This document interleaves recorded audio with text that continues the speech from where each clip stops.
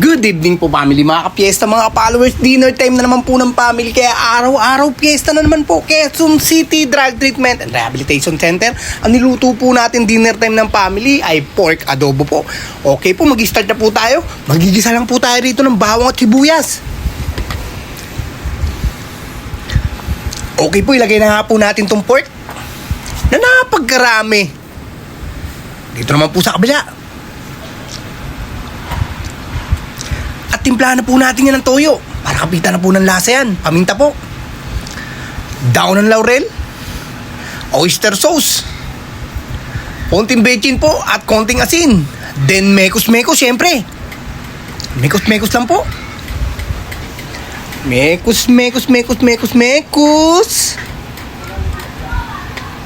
At tatakpan na po natin muna yan. Okay po, buksan natin ulit. Haluin natin. Iwas sunog po tayo. Malakas po kasi ang apoy natin. At tatakpan po natin ulit yan.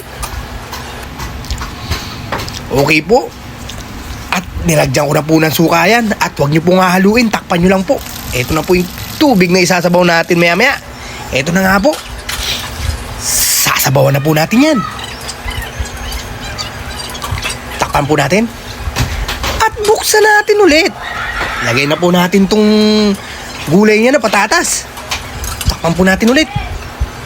Okay, kumukulo na ulit. Lagyan na po natin ng mapalapot yan. Konting kembot na lang po family, mga fiesta. Luto na naman po ang dinner time ng family.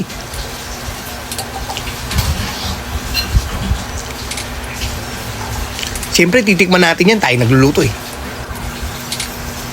At nagdagdag po tayo rito ng toyo, oyster sauce, konting asin, konting halo, konting mekos, luto na po yan. Family, mga kapiesta, luto na nga po ang dinner time natin. Okay na to! Okay na yan.